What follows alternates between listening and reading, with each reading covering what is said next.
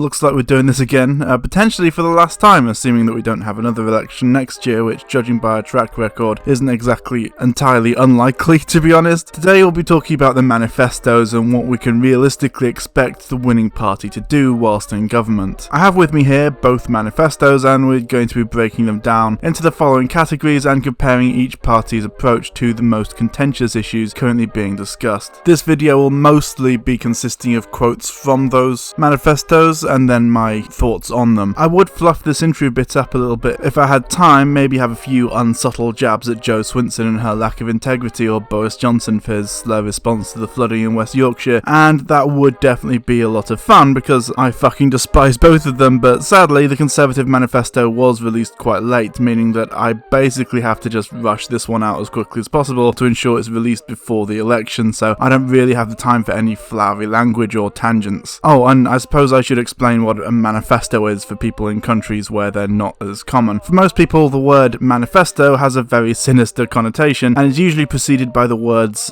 the shooters, but obviously that's not what we're talking about here. In the UK and a number of other countries, each party releases a small booklet outlining their intentions should they get into government. It's a sort of method of accountability. It's extremely bad form to go back on a manifesto pledge whilst in power, which is one of the main reasons that everyone hates the Lib Dems now, and crucially it makes these promises official. Someone like Donald Trump can say a bunch of shit he doesn't intend to implement, like universal healthcare or ban on all Muslims entering the country. Oh no, wait, he actually wanted to do that one. Anyway, the manifesto is agreed by the party leadership, meaning that if the ruling party goes back on one of their manifesto pledges whilst in government, it's in writing that they lied and went back on something they promised, which clearly is extremely bad press. As I said, most of this video will just be summarising and extensively quoting from the manifestos themselves, so if you would prefer to read the full context yourself, I will of course leave links in the description. If, however, you don't fancy reading through literally hundreds of A4 pieces of paper written in pretty dry political language and just want to get straight to the point, please feel free to watch this brief, hopefully accurate, rundown of the manifestos. Welcome friends to the single most important video you will watch this year, unless you live outside the UK or otherwise unaffected by UK politics. Everything you need to know about the main two-party manifestos for the 2019 election, and, crucially, what it all means. Before we begin, I should probably outline the issues we'll be discussing today. 1. The environment. 2. Public services. 3. Poverty and inequality. 4. Brexit and immigration. 5. Foreign policy. So, without further ado, let's begin.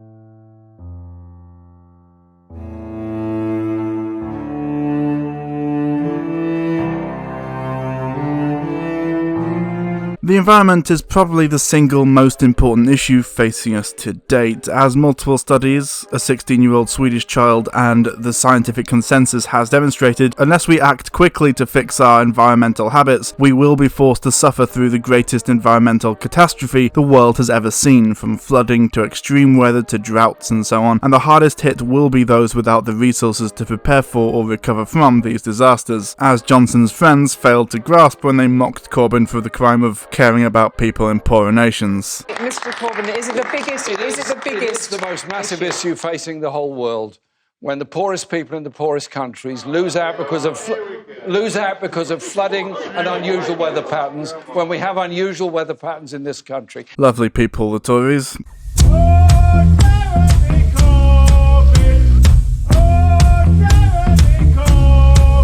The Labour plan for the environment is, obviously, rather complex. However, the main point is that they intend to become carbon neutral by 2030, which is just about in time to avert the climate apocalypse, assuming that every other country on the planet does the same, pledging to ensure that the costs of this process will fall mostly by the wealthy and those not responsible for the problem. They also claim that £250 billion will directly fund the transition through a green transformation fund dedicated to renewable and low-carbon energy and transport, biodiversity, and environmental restoration, as well as offering loans to companies wishing to become more environmentally friendly. Perhaps the most significant part of this section of the Labour manifesto, however, is the following. Just 100 companies globally are responsible for the majority of carbon emissions. We won't be afraid to tackle this wanton corporate destruction by taking on the powerful interests that are causing climate change. We will change the criteria a company must meet to be listed on the London Stock Exchange so that any company that fails to contribute to tackling the climate and environmental emergency currency is delisted. They also claim that we will build 7,000 new offshore wind turbines, 2,000 new onshore wind turbines, enough solar panels to cover 22,000 football pitches.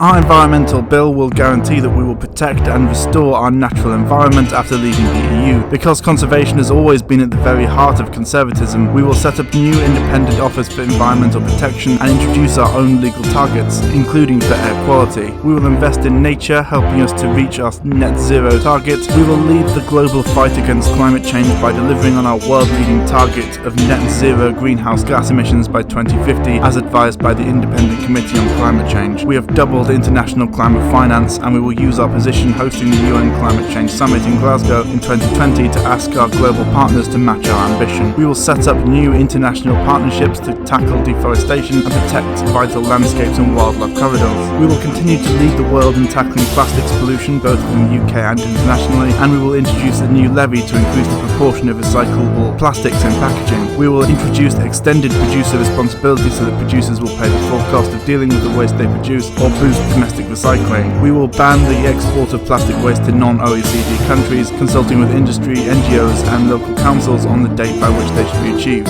We will crack down on the waste and carelessness that destroys our natural environment and kills marine life. We will increase penalties for fly tipping, make those on community sentences clean up their parks and streets, and introduce a deposit return scheme to incentivise people to recycle plastic and glass.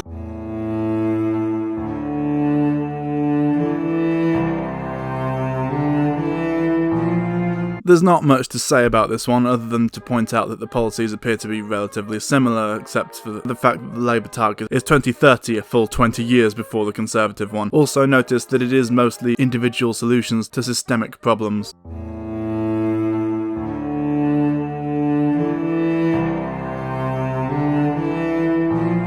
This is something that's very much split down party lines. This is of course not universally true, but historically the Tories have been very pro-privatisation. For example, with Thatcher's mass privatisation campaigns in the 80s, which has proven to have been a massive mistake, as now, 30 years later, we can see that actually the average taxpayer pays significantly more for the same services, but to private companies rather than the government, for an often inferior service. And Labour have been pro-nationalisation, for example, with the NHS.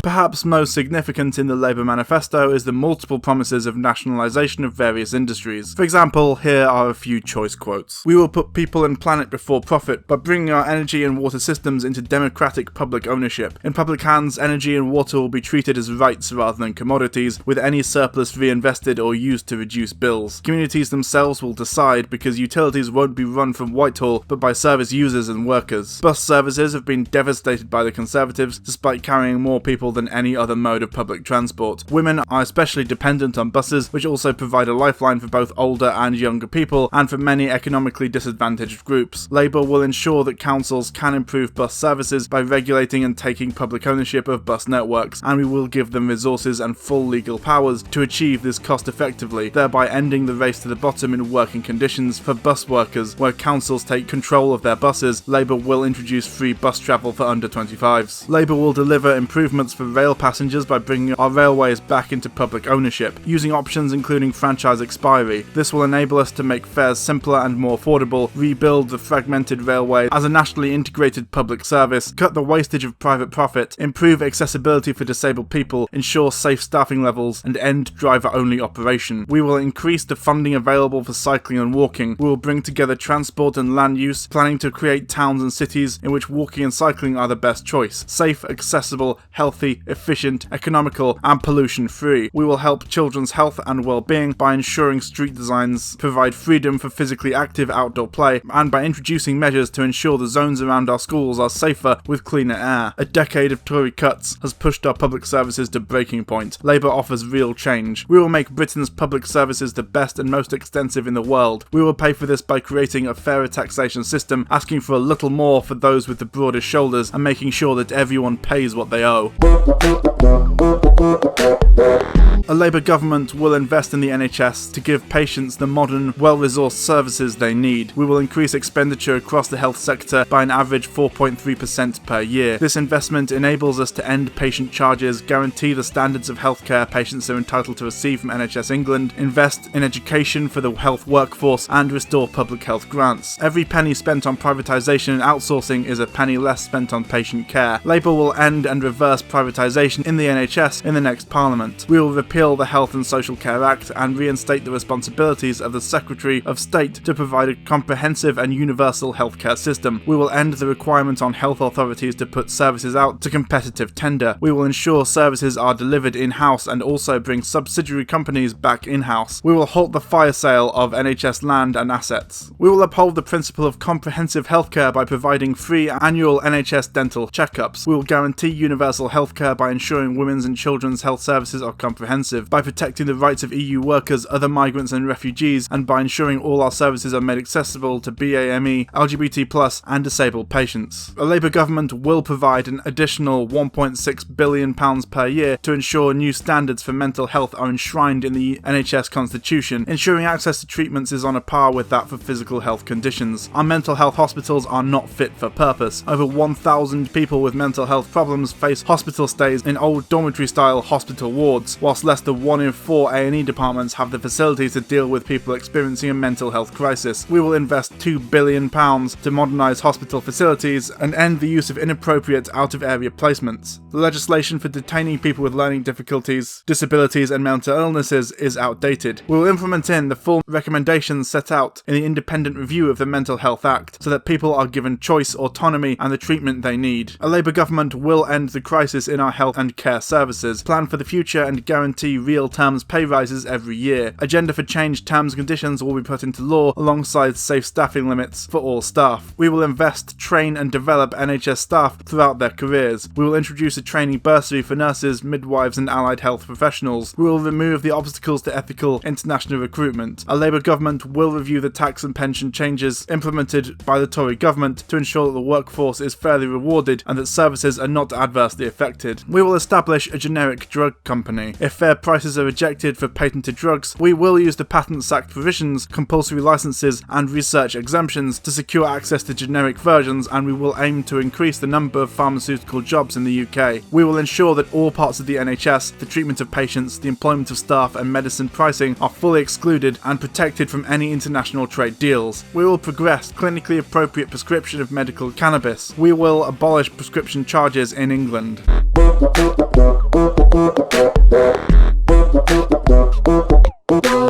Labour will radically reform early years provision, with a 2-term vision to make high-quality early years education available for every child. We'll also extend paid maternity leave to 12 months. Within 5 years, all 2, 3 and 4-year-olds will be entitled to 30 hours of free preschool education per week and access to additional hours at affordable, subsidised rates, staggered with incomes. Labour will also work to extend childcare provisions for 1-year-olds. Labour intends to restructure the education system into a national education service, similar to the National Health Service, which they claim, under our system, budget day-to-day decisions will be transferred back to schools, overseen by an accountable governing body with elected representatives. Responsibility for delivery of education and support for young people will sit with local authorities. They will manage admissions and have responsibility for school places, including the power to open schools. Oversight and coordination, including of continuous peer-to-peer school improvement modelled on the London Challenge, will be carried out by regional offices of the NAS. All schools will be subject to a common rulebook set out in legislation. We will poverty-proof schools, introducing free school meals for all primary school children, encouraging breakfast clubs and tackling the cost of school uniforms. We will close the tax loopholes enjoyed by elite private schools and use that money to improve the lives of all children, and we will ask the Social Justice Commission to advise on integrating private schools and creating a comprehensive education system. Labour will end the failed free market experiment in higher education, abolish tuition fees and bring back maintenance grants. We will fundamentally rethink the assessment of research and teaching quality and develop a new funding formula for higher education that ensures all public HE institutions have adequate funding for teaching and research, widens access to higher education and reverses the decline of part-time learning, ends the casualisation of staff. I'm going to skip a lot of stuff here for time, but just to summarise, Labour plan to offer a number of legal reforms, including legal assistance for workers looking to prosecute their employers, increased accountability, officers and training for police up to at least 2010 standards, and increased funding for local services and government bodies.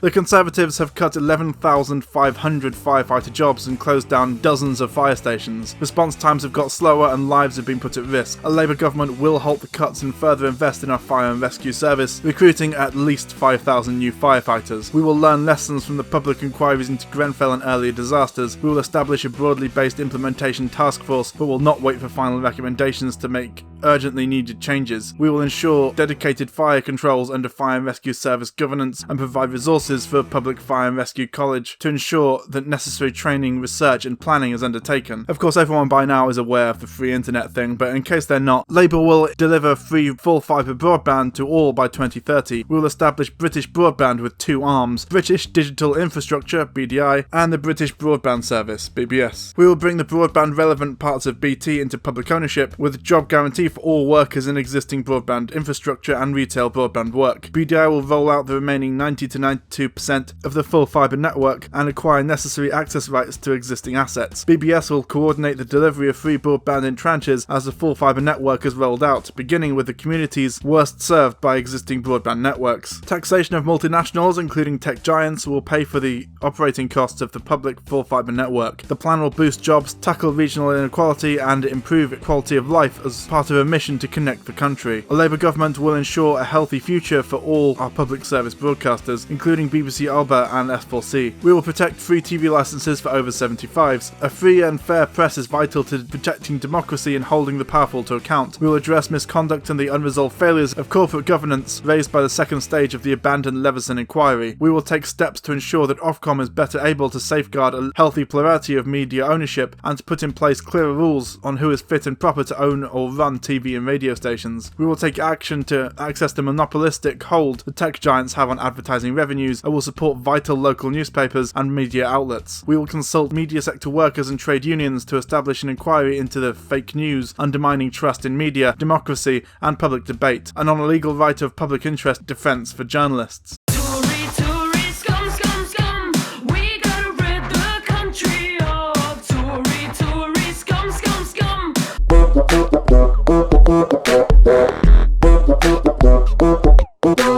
When it comes to the NHS, the Tories have a rather questionable track record. For most of its existence, they've been actively trying to undermine it, privatise it by stealth, and recently, the Prime Minister was caught having secret negotiations with US healthcare companies, and following a Freedom of Information Act request, almost the entirety of the records of this meeting were redacted, following on from Donald Trump's rather ominous insistence that the NHS be part of any future US-UK trade deal. It's been speculated that the Tories are actively trying to sell the NHS to big American pharma companies, an impression not helped by the fact that over the past 10 years, more and more of the NHS has been privatised and outsourced. The 1.4 million dedicated staff who deliver world-class care day in, day out are at the heart of the NHS. Our core priority is to make sure this workforce can grow and has the support it needs. In terms of numbers, training and resources, this means that if you do fall ill, you'll get the care and attention you deserve. We will deliver 50,000 more nurses, with students receiving £5,000 to £8,000 a year annual maintenance grant every year during their course to help with the cost of their living, and they won't have to pay it back.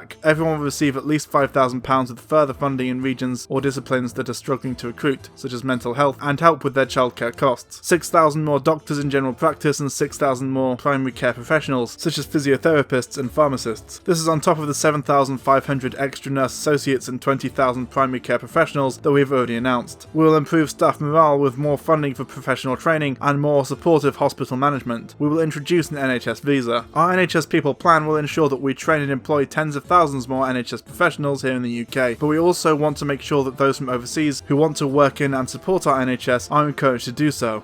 Side note, they've utterly failed to do that, by the way. That is why qualified doctors, nurses and allied health professionals with a job offer from the NHS who have been trained to a recognised standard and who have good working English will be offered fast-track entry, reduced visa fees and dedicated support to come into the UK with their families. Our new funding will deliver 50 million extra general practice appointments a year, an increase of over 15%. That means that if you need an appointment appointment, waiting times will be shorter and you'll get the service you deserve. We will treat mental health with the same urgency as physical health. We'll legislate so that patients suffering from mental health conditions, including anxiety or depression, have greater control over their treatment and receive the dignity and respect they deserve. We will make it easier for people with learning difficulties and autism to be discharged from hospital and improve how they are treated in law. We'll continue to take action to tackle gambling addiction. We'll improve NHS performance using our record funding settlement to bring down operating waiting times, improve A&E performance and increase cancer survival rates. We will study carefully the recommendations of the ongoing review led by NHS clinical staff into A&E and clinical performance. We will clamp down on health tourism, ensuring that those from overseas who use NHS services pay their fair share, and we will increase the NHS surcharge paid by those from overseas. When we're negotiating trade deals, the NHS will not be on the table. The price the NHS pays for drugs will not be on the table. The services the NHS provides will not be on the table. Again, that's literally a lie.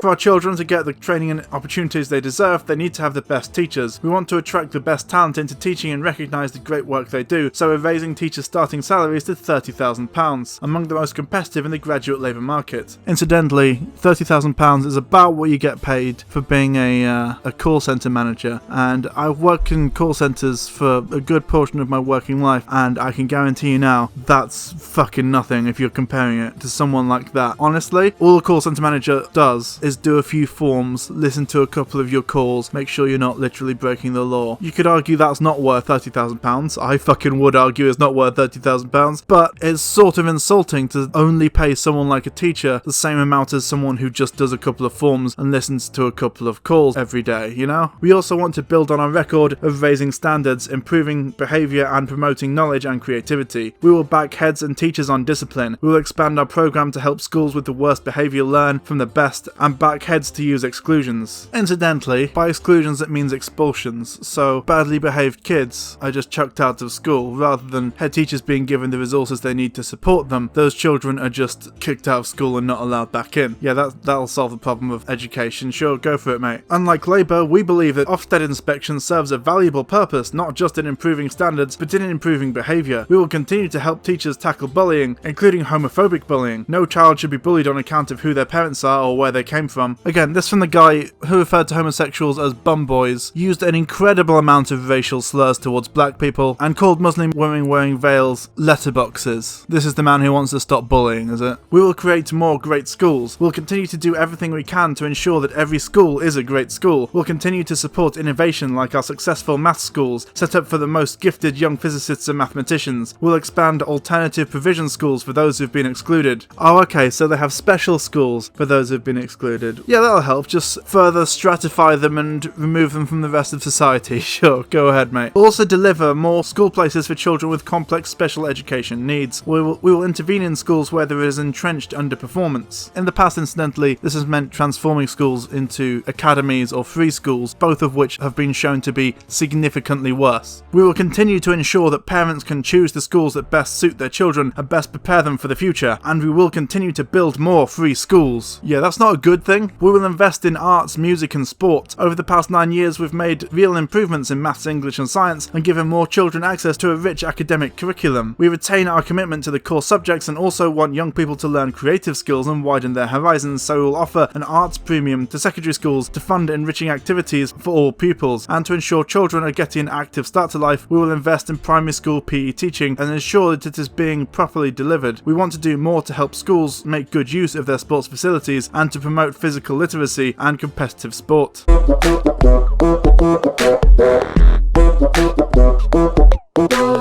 Our first duty as a government is to keep our country safe. One of Boris Johnson's first actions as Prime Minister was to start recruiting 20,000 new police officers. These officers will take violent criminals off the street and protect us and our country. The Conservatives will always back the brave men and women of our police and security services, which is why we'll empower the police, backing the increased use of stop and search, which has been shown to be incredibly racist, by the way, as long as it is fair and proportionate, which it isn't. And we will provide them with the equipment they need. We need a fair justice system, one that stands for the law-abiding majority, not the criminal minority, and that gives a second chance to those who have served their time and wish to make a fresh start. There's a lot more in this section, but it's all very predictable and repetitive, basically boiling down to crack down hard on criminals, expand the prison industrial complex, and harsher sentences.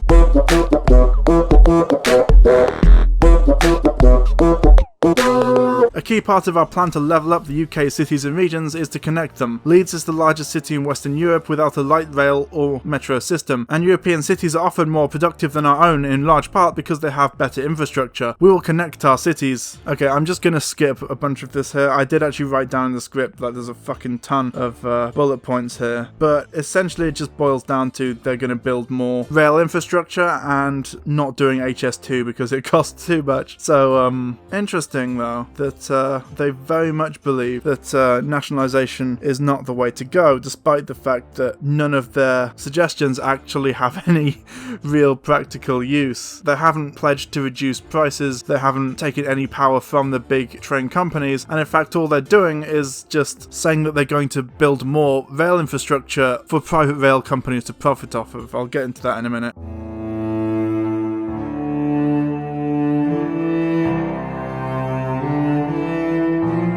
Once again, I think Labour takes this one. Not only is the Tory record on the NHS pretty damning, but actually the 50,000 nurses figure has actually already been shown to be a lie. Likewise, with the promise to build 20 new hospitals, it's been revealed that there's only actually enough money allocated to build 6. On education, the Tories have presided over the rise in academies and free schools, which, as I mentioned in part 1, have, again, not been shown to be all that effective. If anything, they're actively worse, and benefit more affluent families. The increase in police officers is nice, I guess, but again, the Tories have over the past 10 years actually cut police numbers by over 20,000, so this promise doesn't even put the numbers back to the same level they were at in 2010 when they took power, so they're still leaving the police worse off than when they were last in. Likewise with the rail promises, as I said, it's hardly impressive, nothing about price control, no solutions to any complaints people have brought up, nothing with regards to efficiency. It's nice that they want to expand rail services, but as I just mentioned, the expansion will be paid for by the taxpayer and then profited on by rail companies who also extract money from the taxpayer, so I'm not really sure this is a great deal.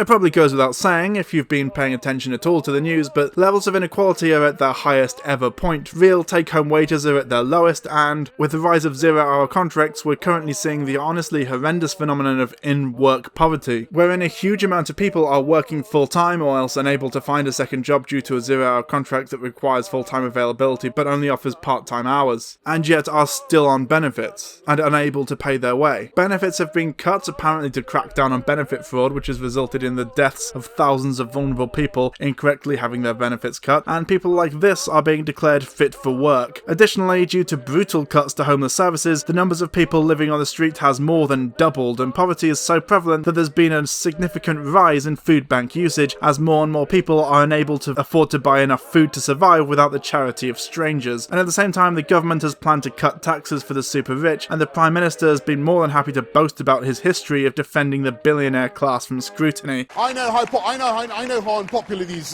bankers are. I know how unpopular these bankers are. I know how far out I now am on this limb in sticking up for these pariahs. But never forget, all you banker bashers, never forget that the leper colony in the City of London produces 9% of UK GDP, 13% of value added, and taxes that pay for roads and schools and hospitals across this country. And that is why I am willing to take the fight to our friends and partners in Brussels against ill-thought-out regulation, because they may be our friend nos amis et nos partenaires, but no matter what kind of flashing grin, glistering-eyed president they may shortly install, they are not above poking the city in the eye in the misguided belief that it will give them some kind of competitive advantage. And the reason I stick up for our capitalist system when times are tight and when public finances are facing a brutal squeeze is that these companies are not so much the problem as a vital part of the solution. Bankers like Morgan Stanley should not run our country, but they think they do, because the party they fund and protects their interests, the Conservative Party, is in Downing Street. That's why they want to keep the Tories there, because their rigged economy and their tax cuts for the richest work for them. Corbyn seems to think bankers are unpopular, unlike someone who Tories could anoint as UK Prime Minister by the end of the month. I can't think of any other politician, even Conservative politician, who from the crash of 2008 onwards actually stuck up for the bankers. Can you think of anybody who stuck up for the bankers as much as I did?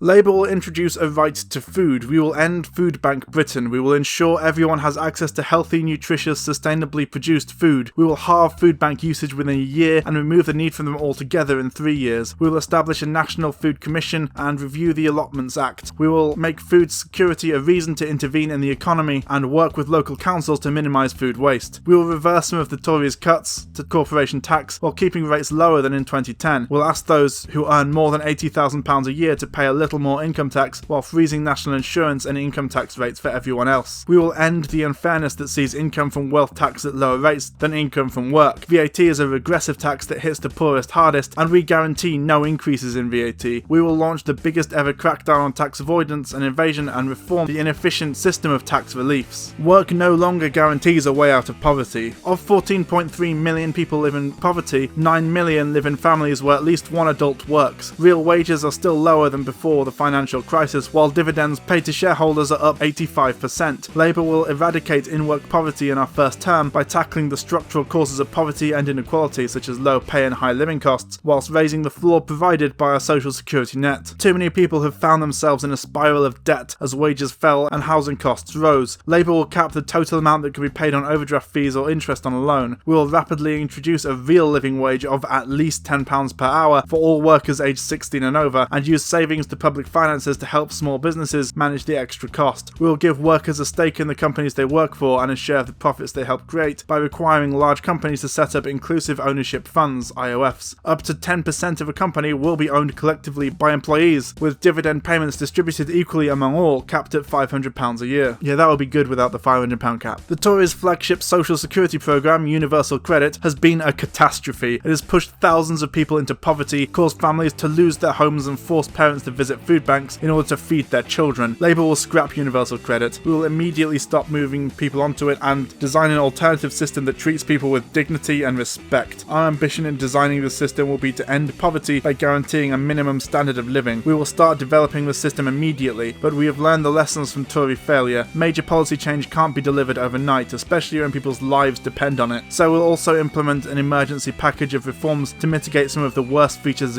of universal credit whilst we develop our replacement system. We will end the 5-week wait by introducing an interim payment based on half an estimated monthly entitlement. We will immediately suspend the Tories' vicious sanction regime and ensure that the employment support is positive, not punitive. We will stop 300,000 children from being in poverty by scrapping the benefit cap and the 2-child limit, so ending the immoral and outrageous rape clause. We will pay childcare costs up front so that parents aren't forced to turn down work or get into debt to pay for childcare. Labour stands with and for disabled people. We will always challenge stigma and discrimination wherever it's found and support the right of disabled people to live independently and be treated with respect. The Tories' rhetoric of scroungers and skivers has whipped up hatred of disabled people, with disability hate crimes skyrocketing, up 37% in the last year alone. Labour will never demonise disabled people or the unemployed. Labour follows the social model of disability. It is not people's condition or impairment that disables them, but society's failure to adapt to those conditions and impairments. We are committed to removing the barriers constructed by society and ensuring that disabled people can participate fully and equally in our society. The Conservatives have created a hostile environment for disabled people who have borne the brunt of Tory cuts. The United Nations has said that the Tories have systematically and gravely violated disabled people's rights by denying them the support they are entitled to. Labour will end this hostile environment. We will give effect to the UN Convention on the Rights of Persons with Disabilities and amend the Equality Act to reflect the social model of disability. We will stop the dehumanising work capability and PIP assessments, which repeatedly and falsely find ill or disabled people fit to work, and make sure all assessments are done in-house. Social security is meant to help disabled people cope with the additional costs and disadvantages they face, but the Tories have cut back that support to inadequate levels. Time and again, disabled people have had to fight through the courts to receive the support they're entitled to. Labour will make sure people who are ill and disabled receive the support they need to lead full, independent lives. The Conservatives have repeatedly raised the state pension age despite overseeing a decline in life expectancy. Just to interrupt, incidentally, currently the Conservatives want to increase the retirement retirement age to 75. The average age of death for a person in the UK is 78. Labour will abandon the Tories' plans to raise the state pension age, leaving it at 66. We will review retirement ages for physically arduous and stressful occupations, including shift workers in the public and private sectors. We will maintain the triple lock and guarantee the winter fuel payment, free TV licences and free bus passes as universal benefits. Thanks to automatic enrolment, which was introduced by the last Labour government, record numbers of employees are now in workplace pension schemes, but too many people are still not saving enough for a comfortable retirement.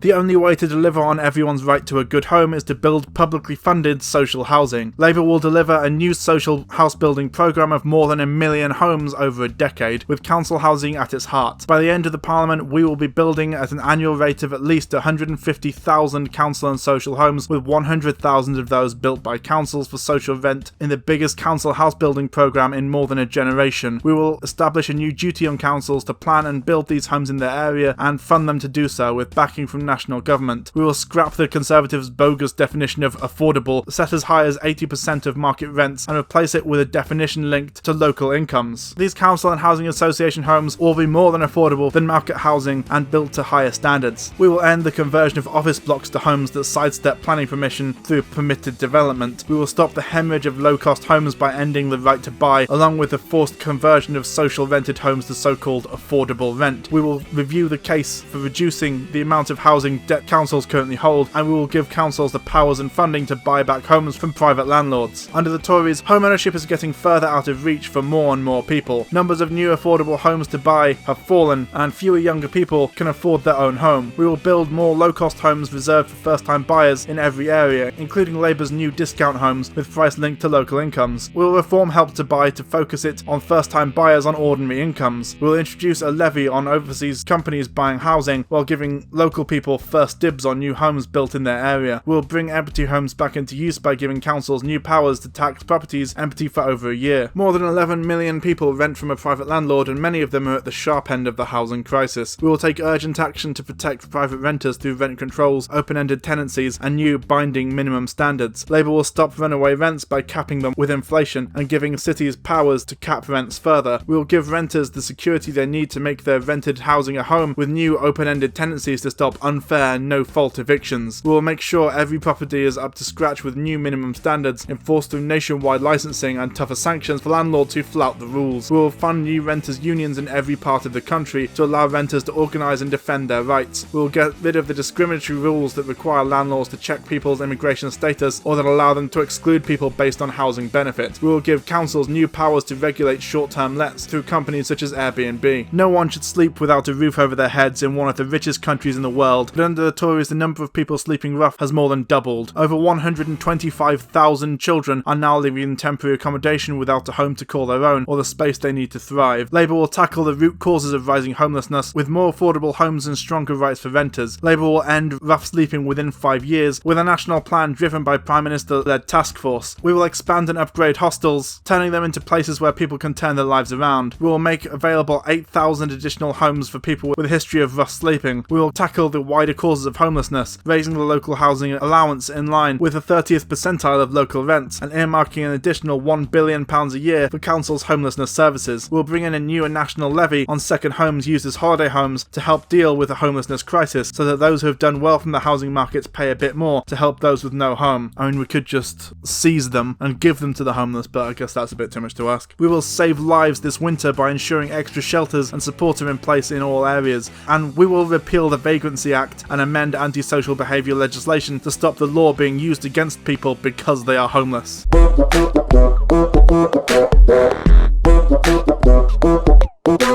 We are proud of the trade union movement's historic achievements in giving people a voice at work through collective action. It's not just part of our history, it's also part of the future. Only by shifting the balance of power back towards workers will we achieve decent wages, security and dignity at work. The next Labour government will transform people's lives for the better through the biggest extension of workers' rights in history. We will give working people a voice at the cabinet table by establishing a ministry for employment rights. We will tackle insecurity by giving everyone full rights from day one on the job, strengthening protections for whistleblowers powers and rights against unfair dismissal for all workers, with extra protection for pregnant women, those going through the menopause, and terminally ill workers, ending bogus self-employment, and creating a single status of worker for everyone apart from those genuinely self-employed in business on their own account, so that employers cannot evade workers' rights, and banning overseas-only recruitment practices. Introducing a legal right to collective consultation on the implementation of new technology in workplaces, banning zero-hour contracts, and strengthening the law so that those who work regular hours for more than 12 weeks will have a right to a regular contract reflecting those hours. We will help people balance work and family life by increasing wages through sectoral collective bargaining, requiring breaks during shifts to be paid, requiring cancelled shifts to be paid and proper notice for changes in hours, giving all workers the right to flexible working, extending statutory maternity pay from 9 to 12 months, doubling paternity leave from 2 weeks to 4, and increasing statutory paternity pay, increasing statutory bereavement leave, guaranteeing workers time off to grieve the loss of close family members or following miscarriage, introducing 4 new bank holidays celebrating our 4 patron saint days, reviewing family-friendly employment rights, including rights to respond to family emergencies. We will make sure people are treated equally at work by requiring employers to devise and implement plans to eradicate the gender pay gap, and pay inequalities underpinned by race and/or disability, or face fines, requiring employers to maintain workplaces free of harassment, including harassment by third parties, increasing protection against redundancy for people wherever they work, giving statutory rights to equalities representatives, setting up a royal commission to bring health, including mental health and safety legislation, up to date, ensuring that public-facing workers are protected by toughening the law against abuse and violence, banning unpaid internships. We will remove unfair and unnecessary restrictions on trade unions, allowing people to come together and speak up on issues that affect them at work. We will allow trade unions to use secure electronic and workplace ballots, remove unnecessary restrictions on industrial action, strengthen and enforce trade unions' right of entry to workplaces to organise, meet and represent their members and to recruit, ban union busting, strengthen protection of trade union representatives against unfair dismissal and union members from intimidation, harassment, threats and blacklisting, repeal anti-trade union legislation including the Trade Union Act 2016, and create new rights and freedoms for trade unions to help them win a better deal for working people, simplify the law around union recognition, give union reps adequate time off for union duties. Labour will tackle excessive working hours. Within a decade we will reduce average full-time weekly working hours to 32 across the economy, with no loss of pay, funded by productivity increases. When it comes to equality, Labour have a ton of policies mandating the enforcement of equal pay and opportunities for non-white people, women and the disabled, including the requirement for companies to seek government certification on gender equality or face fines, and placing protections and even expansions on the Equality Act and Human Rights Act.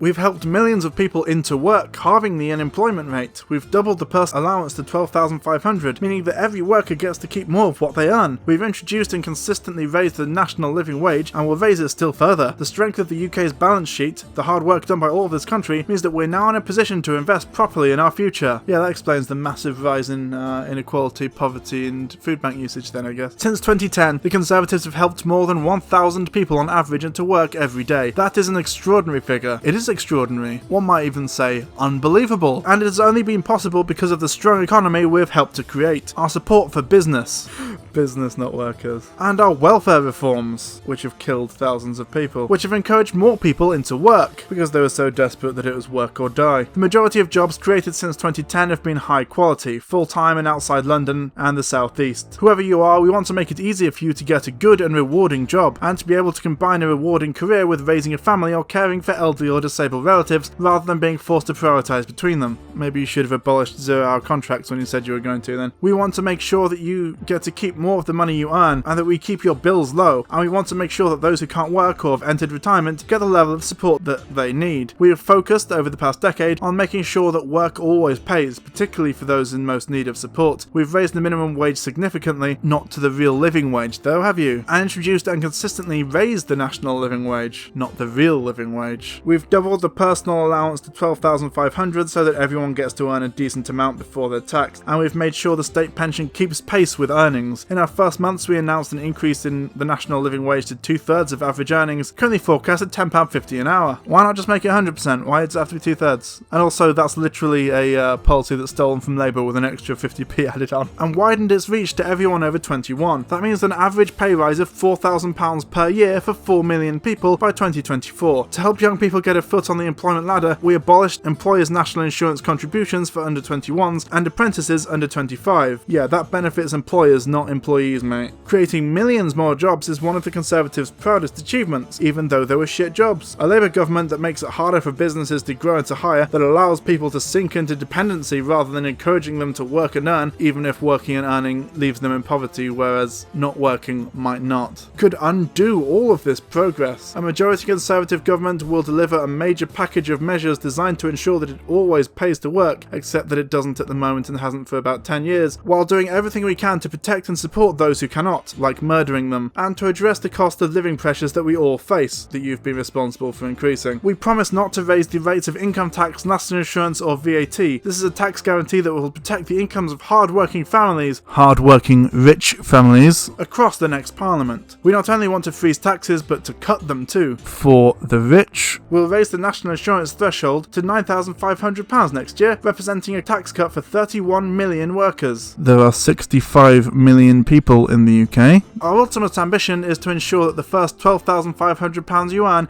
is completely free of tax, which would put almost £500 per year in people's pockets. Raising a family should be the most fulfilling experience of your life, but for too many parents the costs of childcare are a heavy burden. Oh, are you going to make them free, mate? We want to give parents the freedom, support and choice to look after children the way that works best for them. We'll establish a new £1 billion fund to help create more high quality, affordable childcare, including before and after school and during the school holidays. Oh no, of course not. No, you're just going to encourage private companies rather than, an actual solution. We as Conservatives believe that everyone who can work should work, even when they can't, and that it should always pay them to do so. We also believe that those who truly can't work must be given the help they need. That's literally a lie. Okay, I'm actually getting pissed off reading through this. That's actually a lie. They do not believe that. They actually don't believe that. That's why we will continue the rollout of universal credit, which combines multiple benefits into one, whilst building a clearer pathway for welfare into work, and literally murders thousands of people every year. We've already acted to increase work allowances, a move worth £630 to working families with children and those with disabilities, those that we haven't killed, I mean, and we'll do more to make sure that universal credit works for the most vulnerable. Fuck off. We'll also end the benefit freeze while making sure it pays to work more hours. You introduced the benefit freeze! This is infuriating. At the same time, we'll make sure those who cheat the system by committing benefit fraud are punished. There is no excuse for exploiting others who have worked hard and paid in. Fuck. Just fuck, okay, right?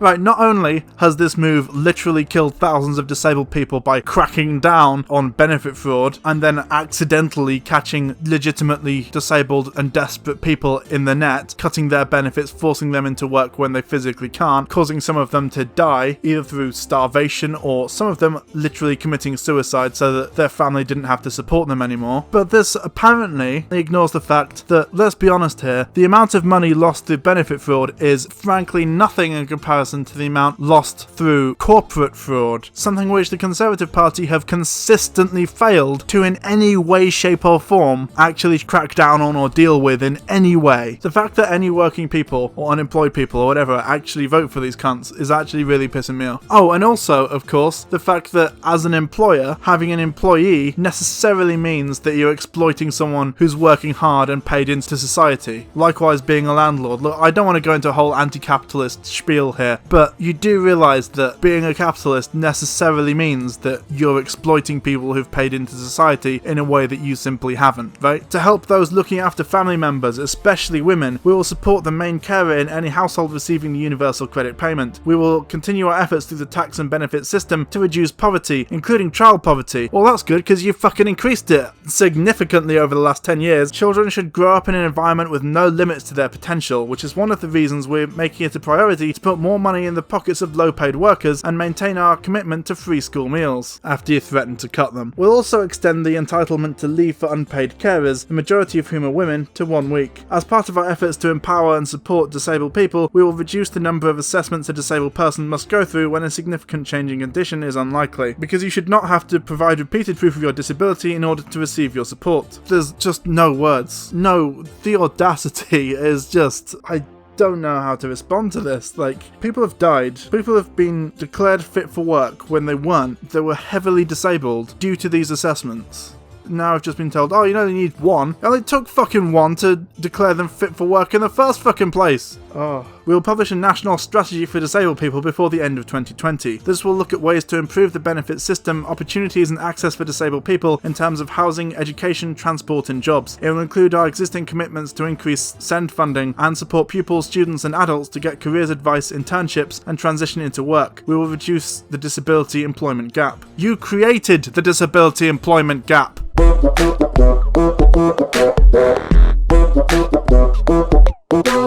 The biggest problem that young people face in getting on the housing ladder is the deposit. There are more than 3 million people, many of them with good jobs and secure prospects, who would have been homeowners before the economic crisis in 2008, but have been locked out of the mortgage market. We'll encourage a new market in long-term fixed-rate mortgages which will slash the cost of deposits, opening up a secure path to home ownership for first-time buyers in all parts of the United Kingdom. Just get rid of the deposit. Like, honestly, for my flat right now, I actually pay more in rent than I would in a mortgage, but I don't have the deposit, and I never will. You can't just say shit like, reduce the deposit. The problem is deposits in the first fucking place. We'll offer more homes to local families, enabling councils to use developers' contributions via the planning process to discount homes in perpetuity by a third for local people who cannot otherwise afford to buy in their area. Council should use this to prioritise key workers in their area, like police, nurses and teachers. What? Wow. Okay then. Right, okay. So you're prioritising certain government agents, like the police, over others. I mean, it feels like you should probably just pay them more so that they can afford a fucking house. I don't know, it just seems rather... So an agent of government violence, like a police officer, is rewarded with basically a house for their job. I don't like this. I don't like that. We'll maintain our commitment to a right to buy for all council tenants. We'll also maintain the voluntary right to buy scheme agreed with housing associations. Following the successful voluntary pilot scheme in the Midlands, we'll evaluate new pilot areas in order to spread the dream of home ownership to even more people, and we've extended the help to buy scheme from 2021 to 2023, and we'll review new ways to support home ownership following its completion. How about fucking building some more affordable homes? Or, I don't know, just giving homes to people, or stopping people owning more than one home. Oh my,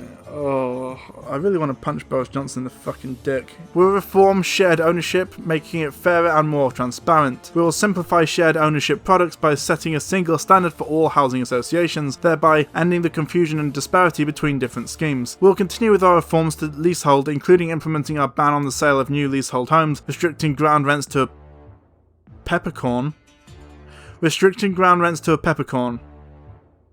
Weird turn of phrase. And providing necessary mechanisms of redress for tenants. We'll build in a better deal for renters, including abolishing no-fault evictions and only requiring one lifetime deposit which moves with the tenant. This will create a fairer rental market. If you're a tenant, you'll be protected from revenge evictions and rogue landlords, and if you're one of the many good landlords, there are no such thing as good landlords, we will strengthen your rights of possession. Yikes. Also, I didn't say anything in there that actually stops landlords just taking the entire deposit and saying, oh, you broke something. Like, the tenancy deposit scheme exists, but you have to be able to prove it, or at least they have to be able to prove it. Interesting. Home ownership is one of the most fundamental conservative values. People are happier, more secure, and more rooted in their communities when they own their own home, and know that they can pass it on to future generations. For the UK to unleash its potential, young people need the security of knowing that home ownership is within their reach. Oh, good luck with that. That they too can have a tangible stake in society, can be rooted in their communities, and can have a place to raise a family. Wasn't it the Conservative hero Margaret Thatcher who once said that there's no such thing as society? Interesting. A majority Conservative government will continue to increase the number of homes being built. Not affordable ones though, just, expensive ones for their rich mates to have. But we must also rebalance the housing market towards more home ownership than give people homes, whilst ensuring fairness for the new generation of renters. Abolish rent. While we want to encourage as many people as possible into home ownership, we recognise that not everyone can afford their own home. I wonder why. Oh yeah, because of you fuckers. And that those in social housing deserve the same dignity, respect and fair treatment as private renters. You don't believe that at all, otherwise you wouldn't have fucking sold off half the shit. As Boris Johnson has promised, we will bring forward a social housing white paper which will set out further measures to empower tenants and support the continued supply of social homes. This will include measures to provide greater redress, better regulation and improve the quality of social housing. We'll also commit to renewing the Affordable Homes Programme.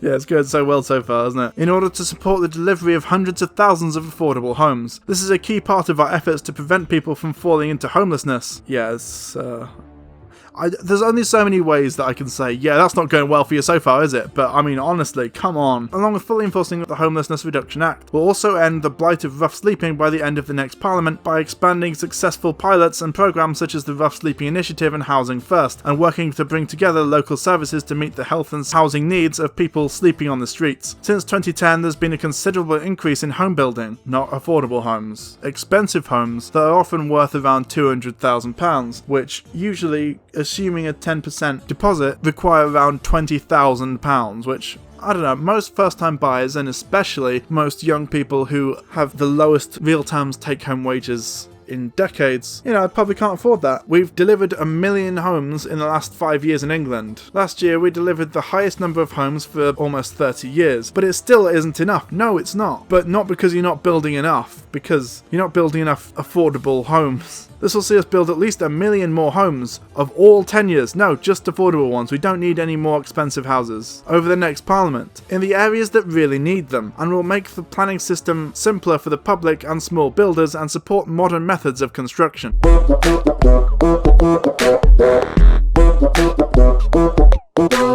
As well as making Britain the best place to start a business and the best place to learn and develop your skills, we want to make the UK the best place in the world to work. Okay, before we get into any of that, I just want to bring up the fact that the Conservatives have repeatedly mocked Jeremy Corbyn for his 32-hour pledge average work week. Just incidentally, that is completely average across the rest of Europe. And I just want to point out that the max work time regulations we have in the UK, without having to opt for it, is 48 hours. Now, obviously, most people don't work that, but in France it's 35.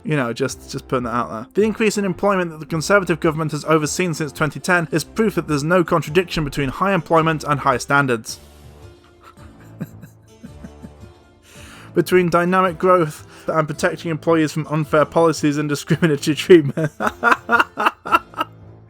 Over the last year, for example, unemployment has continued to fall because they define unemployment as working more than 1 hour a week, even as average real wages have increased. That's just a lie. We have raised the personal income tax allowance, increased the minimum wage, not to the real living wage, and introduced and consistently raised the national living wage, not the real living wage, to ensure that people get to keep more of what they earn and that work always pays. And we have aimed to strike the right balance between flexibility that the economy needs and the security that employees deserve, introducing new protections for workers whilst preserving the dynamism and job creation that drive our shared prosperity. Once we've got Brexit done, we will go further, because people cannot fulfill their potential if they do not have jobs that treat them with dignity and respect. I'm afraid you're going to have to get rid of capitalism if that's your end goal, or at least place very, very severe controls and regulations on businesses, which as a far-right Conservative government, I suspect that that's not what you want to do, and if they're not in control of their lives and their futures. As Conservatives will always prioritise the principle of fairness in the workplace, whether it's in the job application process, ensuring equal pay for equal work, or people's working conditions. The Conservative Party has slashed working regulations, railed against health and safety regulations. They can't say this. It's unbelievable. We scrapped exclusivity clauses in zero-hour contracts, but you won't scrap zero-hour contracts, will you? To give workers more flexibility. The flexibility to not afford their rent. We have already taken forward a number of recommendations from the Taylor Review and will build on existing employment law with measures that protect those in low-paid work and the gig economy. For example, we'll create a single enforcement body and crack down on any employer abusing employment law, whether by taking workers' tips or refusing them sick pay. We will ensure that workers have the right to request a more predictable contract and other reasonable protections. We also want to look at more radical ways to support working families in the UK. Our lifestyles have been transformed over the past 4 decades. Many families today have 2 working parents who are juggling work and other responsibilities. Hang on a minute, 4 decades? That's since Margaret Thatcher was in power.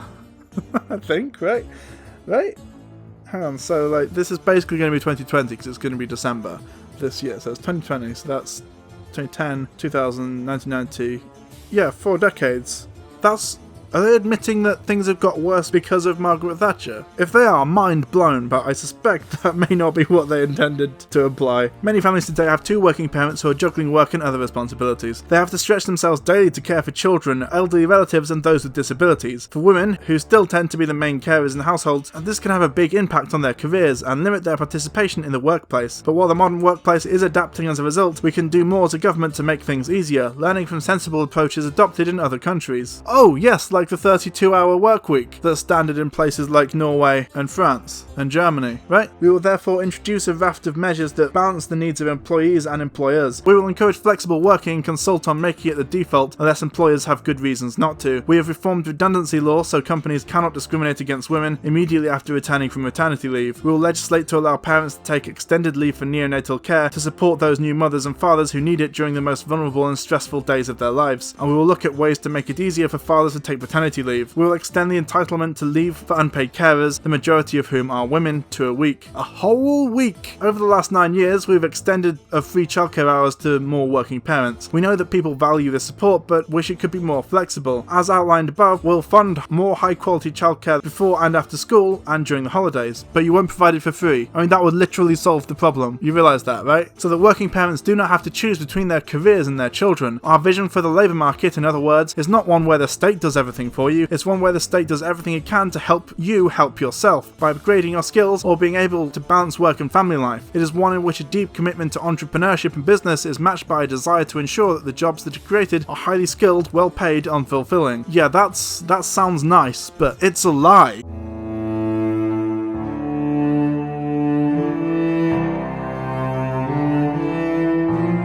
I think this one is a clear winner. It was always going to be this way because workers' rights and inequality and poverty, those are very clearly left-wing, and especially since Jeremy Corbyn's taken over, Labour policies and focuses. Whereas the Conservative Party is more focused on things like Brexit and building up the economy and businesses and things like that. I do think this one has a clear winner. Over the past 10 years, the Tories have overseen a massive increase in inequality, poverty, homelessness and food bank usage. They can say they've increased employment, but as I mentioned earlier, that's only true if you count zero-hour contracts, gig work, insecure employment, and as I said, technically if you work more than 1 hour a week, you count as employed on the books, so I'm not exactly impressed by their claims of success. Also, as I've brought up a lot in the past, the DWP under the Tories has literally caused thousands of disabled and vulnerable people to fucking die. An entire generation of people can't afford a mortgage, all the homes they've built have been far too expensive for anyone but private landlords and the rich to afford, and employers have been abusing employment law more and more, but it's basically impossible to sue them unless you have a ton of money to do so, as I learned firsthand this year. Notice that most of the Tory solutions boil down to cutting taxes. Helping the poor and vulnerable has never been a Conservative value, and the evidence has shown that, so I think Labour takes this, no question.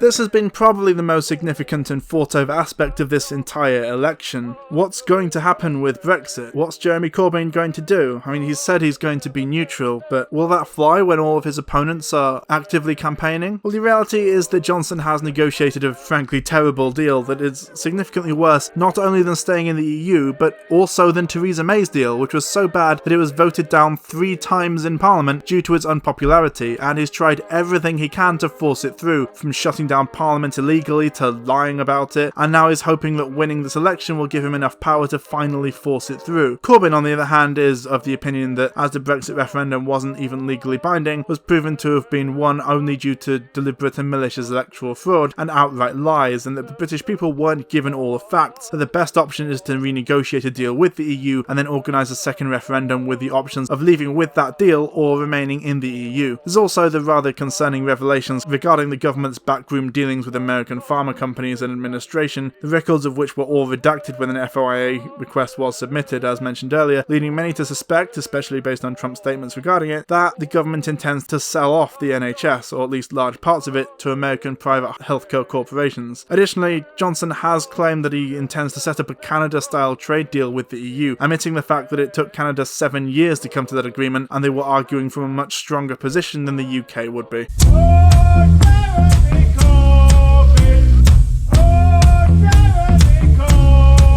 Labour will give people the final say on Brexit. Within 3 months of coming to power, a Labour government will secure a sensible deal, and within 6 months we will put that deal to a public vote alongside the option to remain. A Labour government will implement whatever the people decide. Only a Labour government will put this decision in the hands of the people to give you the final say. This will be a legally binding referendum, and we will implement the people's decision immediately. See, that's relevant because the original referendum, which David Cameron called, technically wasn't legally binding, and they had to do a lot of legal shit to force it to be. The Tories have failed for 3 years to get Brexit sorted in a shambles of repeated delays and uncertainty. Whether people voted to leave or remain in 2016, people and businesses are crying out for politicians in Westminster to finally focus on the wider challenges we face. Labour rules out a no-deal Brexit, and we will end the scandal of billions of pounds of taxpayers' money being wasted on no-deal preparations. No deal has never been a viable option. It would do enormous harm to jobs, rights, security, and to our NHS. The final say referendum will not be a rerun of 2016. It will be legally binding. Labour will implement the decision of the British people immediately. Labour will introduce legislation to facilitate this referendum and to provide legal certainty and stability following the result. We will introduce a withdrawal agreement and referendum bill, providing the legal basis to conduct and implement the outcome of the referendum. We will scrap the Brexit legislation currently proposed by the Tories and introduce new legislation that is in line with Labour's priorities and principles to protect our economy, trade, jobs and rights. Labour recognises the huge benefits of immigration to our country. Many British citizens have benefited from freedom of movement, which has given them the opportunity to study, work or retire abroad. Likewise, our public services and our industry have benefited from skilled workers coming here. Labour believes that citizens' rights should never have been used as a bargaining chip in the Brexit negotiations and recognises the huge anxiety this has caused for the 3 million EU nationals living in the UK and the 1.2 million UK nationals who have made their home elsewhere in the EU. We will end the uncertainty created by the EU settlement scheme by granting EU nationals the automatic right to continue living and working in the UK. This new declaratory system will allow EU nationals the chance to register for proof of status if they wish, but will mean they no longer have to apply to continue living and working in this country. This will ensure reciprocal treatment for UK citizens living in the EU. It will also prevent a repeat of the shameful Windrush scandal and avoid unnecessarily criminalising hundreds of thousands of EU nationals. If in a referendum the British people decide to remain in the EU, this must not mean accepting the status quo. Labour will work with partners across Europe to make the case for radical reform of the EU, in particular to ensure that its collective strength is focused on tackling the climate change emergency, tax evasion and ending austerity and inequality. The EU needs a new political direction, and if the people decide the UK should remain in the EU, Labour will lead the way to ensure that change.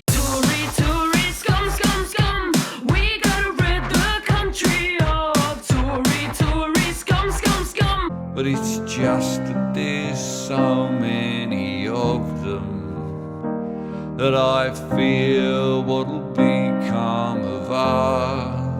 I'm not racist, all I want is to make things how they used to be. But change is strange and nobody's listening to me.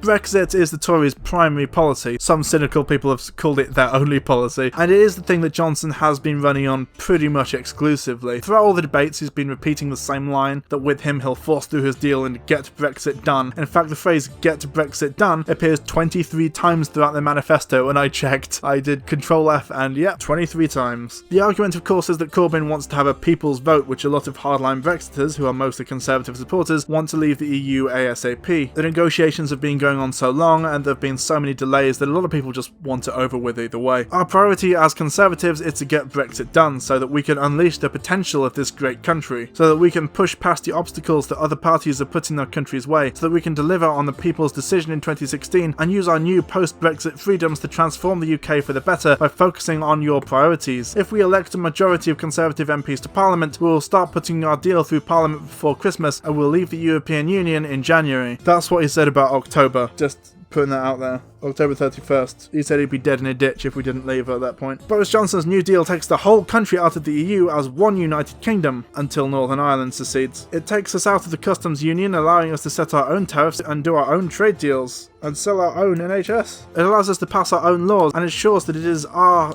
courts that enforce them. Our deal is the only one on the table. Yeah, at the moment, but they can just negotiate another one. Yeah, it's the only one on the table because that's the only one you've been able to negotiate. Up until this, you had Theresa May's deal, which was worse. Sorry, no. You had Theresa May's deal, which this was worse than. Ridiculous. It is signed, sealed, and ready. It puts the whole country on a path to a new, worse, free trade agreement with the EU. This will be a relationship based on free trade and friendly cooperation, not on the EU's treaties or EU law.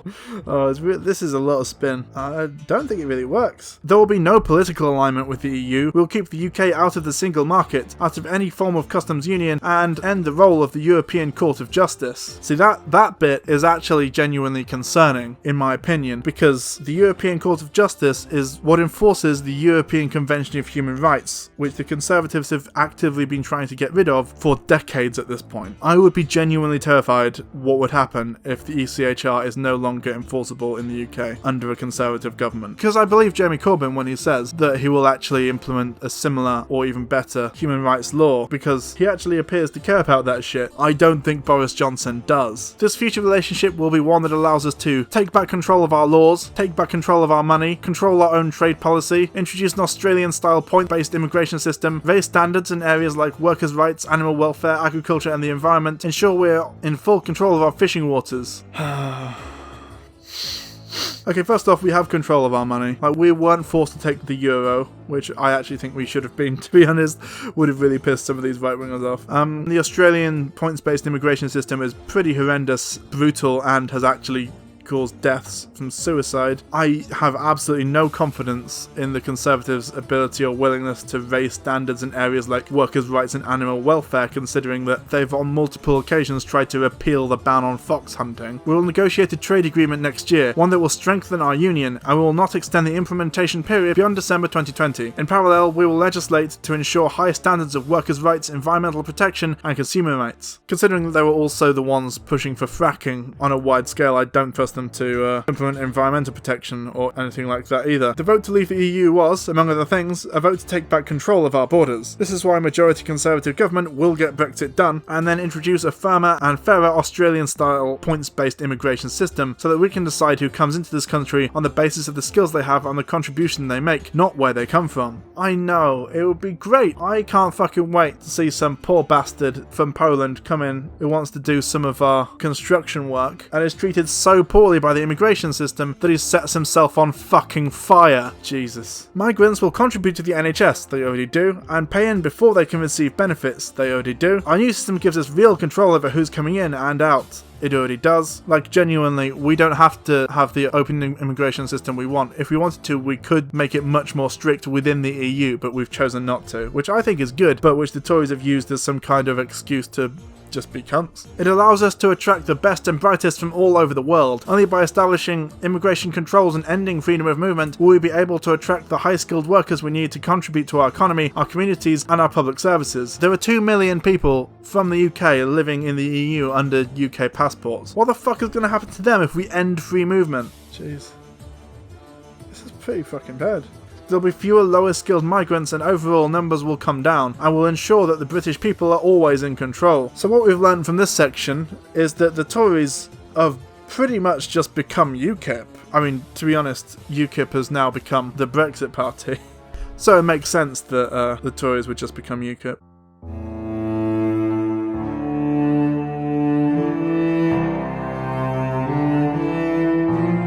One of the many problems with Johnson's rhetoric about getting Brexit done is that even if we do leave the EU, we'll still have to spend years in trade negotiations going way past 2020, and he might like his whole "we'll get a Canada-style deal" talking point, but as I mentioned, Canada took 7 years to negotiate that deal, so it's not quite the zinger he thinks it is. The fact is that the Brexit campaign was proven to have lied repeatedly in a court of law to the electorate in order to secure victory, and therefore a lot of people voted for it under false pretenses. And that's why I personally like the idea of a second vote with Remain as an option, because it gives people who have now had a couple of years to learn all the facts, or in some cases just ignore them, a chance to actually vote in a more transparent referendum. With immigration, I think we should just abolish borders as a concept, but I know that wouldn't fly in a British election. I do think that Labour's promises to keep immigration as open as possible, as opposed to the Tories' Australia-style immigration system, which is so great that dozens of people have died in Australian detention facilities, many from suicide, is preferable. Honestly though, on the topic of the Australian system, that's not something to emulate. I genuinely don't know why anyone would want to do that. Actually I do, it's because they're racist.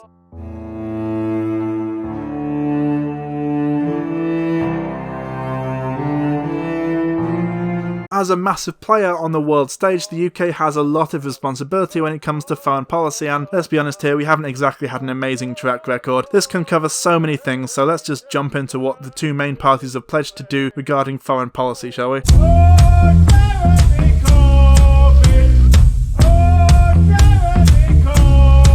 International peace and security will be a primary objective of a Labour government's foreign policy. Labour deserves better than the Conservatives' reckless approach to complex global challenges or the outsourcing of UK foreign policy to US President Donald Trump. Failed military interventions in countries like Libya have worsened security across North Africa, accelerating the refugee crisis. Our approach will be based on our values. Within the first year of Labour government, Labour will introduce a War Powers Act to ensure that no Prime Minister can bypass Parliament to commit to conventional military action. Unlike the Conservatives, we will implement every single recommendation of the Chilcot Inquiry, conduct an audit of the impact of Britain's colonial legacy to understand our contribution to the dynamics of violence and insecurity across regions previously under British colonial rule, invest an additional £400 million in our diplomatic capacity to secure Britain's role as a country that promotes peace, delivers ambitious global climate agreements, and works through international organisations to secure political settlements to critical issues. We will establish a judge-led inquiry into our country's alleged complicity in rendition and torture and the operation of secret courts, issue a formal apology for the Jallianwala Bagh massacre, and hold a public review into Britain's role in the Amritsar massacre, allow the people of the Chagos Islands and their descendants the right to return to the lands from which they should never have been removed, uphold the human rights of the people of West Papua, and recognise the rights of people of Western Sahara. We have a duty to stand up for the security and sovereignty of our overseas territories, including the Falklands, and for the rights of our citizens and dual nationals abroad, and will continue fighting for justice on behalf of Nazanin Zaghari Ratcliffe and other British nationals wrongly imprisoned or suffering mistreatment in captivity abroad. You may remember from my last video, by the way, that Zaghari Ratcliffe is wrongly imprisoned directly as a result of Boris Johnson's actions. We will immediately suspend the sale of arms to Saudi Arabia for use in Yemen and to Israel for arms used in violation of the human rights of Palestinian civilians, to conduct a root and branch reform of our arms export regime so ministers can never again turn a blind eye to British-made weapons being used to target innocent civilians, reform the international rules-based order to secure justice and accountability for breaches of human rights and international law, such as the bombing of hospitals in Syria, the illegal blockade of the Gaza Strip, the use of rape as a weapon of war against the Rohingya community in Myanmar, and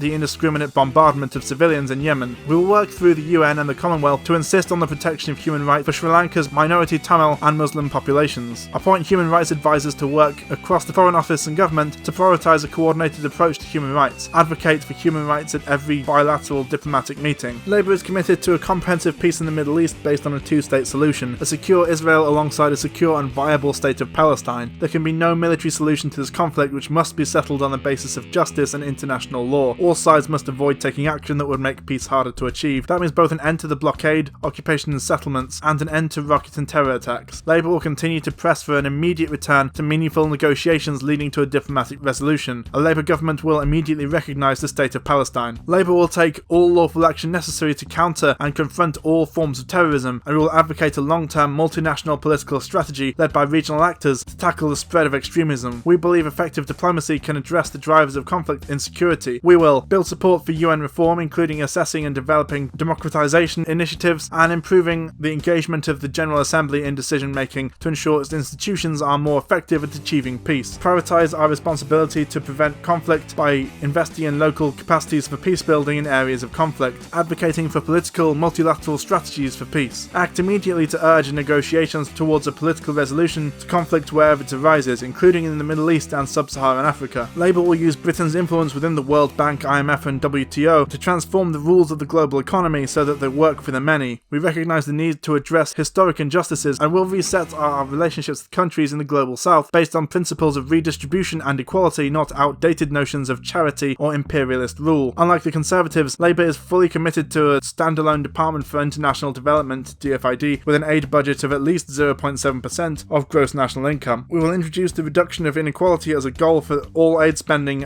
alongside existing poverty reduction and gender equality goals. For the Conservatives, too often humanitarian aid is undermined by their disastrous foreign policy, as in Yemen. Under Labour, we will ensure policy coherence across our international facing departments. Under Labour, DFID will continue to respond to the world's biggest crises and will ensure humanitarian aid is provided according to need, not whether the UK has commercial or other interest in the country. DFID will assume a strong position in cross-government decision-making, including a permanent seat on the Export Control Joint Unit responsible for licensing arms exports. Our international programme will be based on human rights.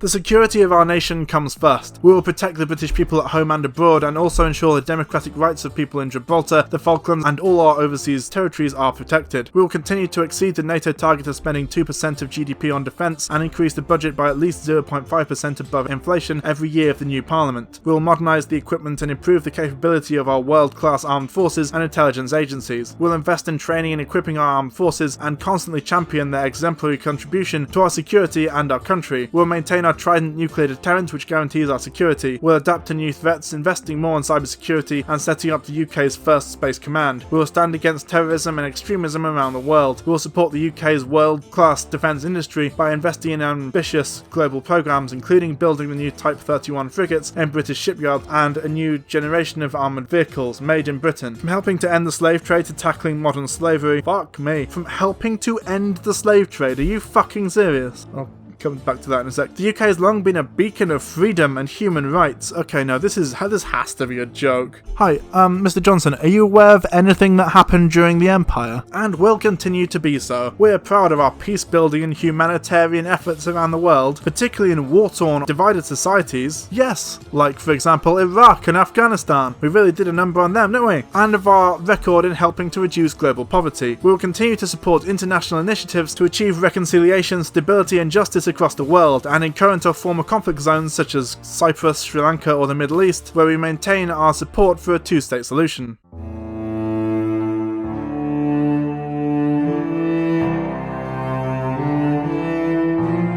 The contrast here is stark. Labour there actually acknowledges the atrocities historically carried out by Britain and aim to move forward with that in mind, and with an aim for compassion, whereas the Tories mostly focus on business shit, and even have the audacity to claim that we've always been progressive because we ended slavery, as if we didn't also start it, or encourage the environment that allowed it to flourish. I notice also that there's no mention of the continued arms sales to Saudi Arabia, and complicity in human rights abuses in Yemen and other countries in the Middle East from the Tories there too. Classy.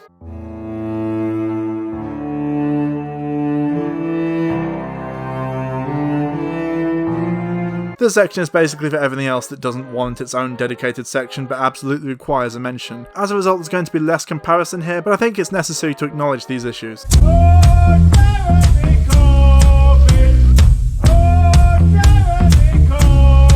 We will act immediately to end the hereditary principle in the House of Lords and work to abolish the House of Lords in favour of Labour's preferred option of an elected Senate of the nations and regions, but we also believe that the people must be central to historical political changes. Labour will change how politics is funded, banning donations from tax avoiders and tax evaders, and closing loopholes that allow the use of shell companies to funnel dark money into politics. We will free the voices of civil society by repealing the Lobbying Act 2014 and overhauling the rules that govern corporate lobbying. We will introduce a lobbying register covering both in-house lobbyists and think tanks, and extend to contacts made with all senior government employees, not just ministers. We'll also increase the financial penalties available to the Electoral Commission and require imprints for digital political adverts. We'll stop MPs from taking paid second jobs, with limited exemptions to maintain professional registrations like nursing. I especially like this one, by the way, because potentially it also actually stops MPs being landlords, which would be ideal because at the moment a majority of MPs, especially Conservative MPs, are landlords, and therefore a lot of their votes do tend to go against tenants' rights. We'll replace ACOBA, the Business Appointments Committee, with a sufficiently resourced and empowered new body governed by a diverse and representative board and established in law. We'll also overhaul the system of ministerial appointments to public office. We'll bring greater transparency by extending the Freedom of Information rules to cover private providers of public services, setting new standards of consistent disclosure practice, and ending the 6 months time limit in which the Information Commissioner can prosecute the deliberate destruction of public records.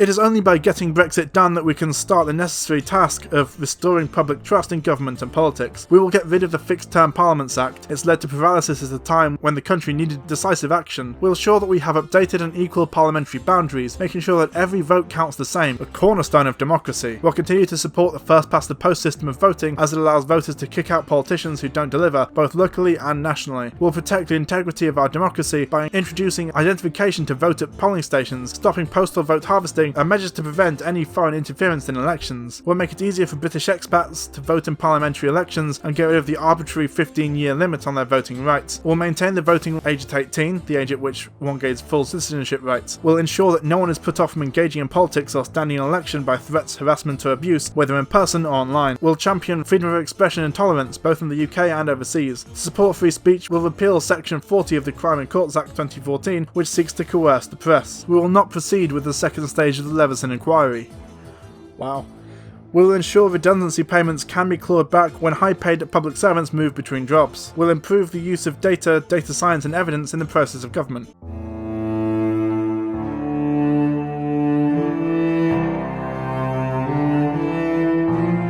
So just to recap, 16-year-olds are eligible to work and pay taxes but not vote, aka taxation without representation. Some of my American audience might recall why that was a bad idea. The Tories want to get rid of the Fixed Term Act and keep the undemocratic first-past-the-post voting system because it helps them win elections, and most crucially, introduce voter ID in order to reduce Labour's voter base. Obviously it doesn't say that in there, but in practice that's what it does. It actually wants to interfere in the Leveson inquiry in case it incriminates them or their mates. Fuck me.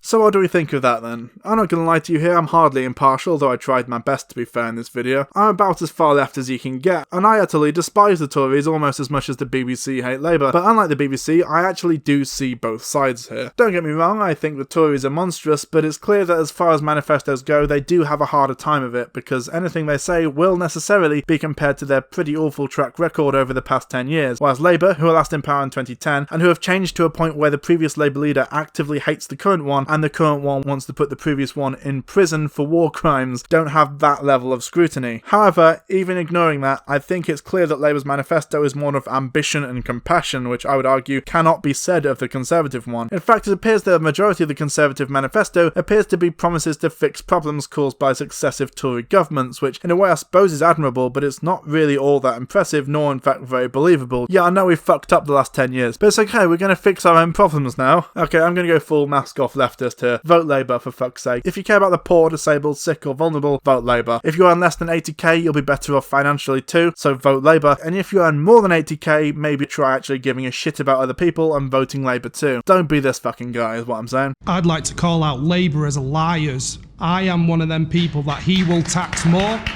and I am nowhere near in the top 5%. So I'm calling you a liar right now. That 5% is a lie, right? I am nowhere near that. And you are going to income tax me as an employee. You're not going after the billionaires, you're going after the employees, where it's easy money because it's PAYE. I have no choice. That's just not... I'm afraid on that you're mistaken. We're not going to raise income tax for anybody apart from the top 5% of earners. I am not in the top 5% of earners. So we're not going to increase your income tax? But you are, because I've read your policy. It's above £80,000. And I am nowhere near in the top 5%, let me tell you. I'm not even in the top 50%. And that's why we're not going to increase your income tax. And So hang on, let's just be clear. So you're suggesting you would raise income tax on those earning over £80,000. You're saying that would affect you because you earn over that sum? Yes. So you earn over £8,000? Yes, and I'm not in the top 5%. I think that is the top 5%, isn't it? I'm not. Every doctor in this country earns more than that. Every doctor, every accountant, every solicitor earns more than that. That's not 5%. I mean, it's not true that every solicitor in the country earns more than £8,000. When I was a solicitor, I earned just over £40,000 a year. The fact is... So let's just be clear. Yeah. Just let's settle this once and for all. Well, certainly let's hear from you. If you earn over £80,000, are you in the top 5%? Categorically. Yeah. Between the BBC, the Tories, and all the corporate MPs, the tabloid press, the IMF, and all the landed gentry, they're pulling out the stops to stop the ascendancy of I agree with Jeremy. The case before the nation is the one that we all face. What direction now goes this human race? Do we give up on the missiles and tax the rich a lot, or give up on society and just embrace the rot?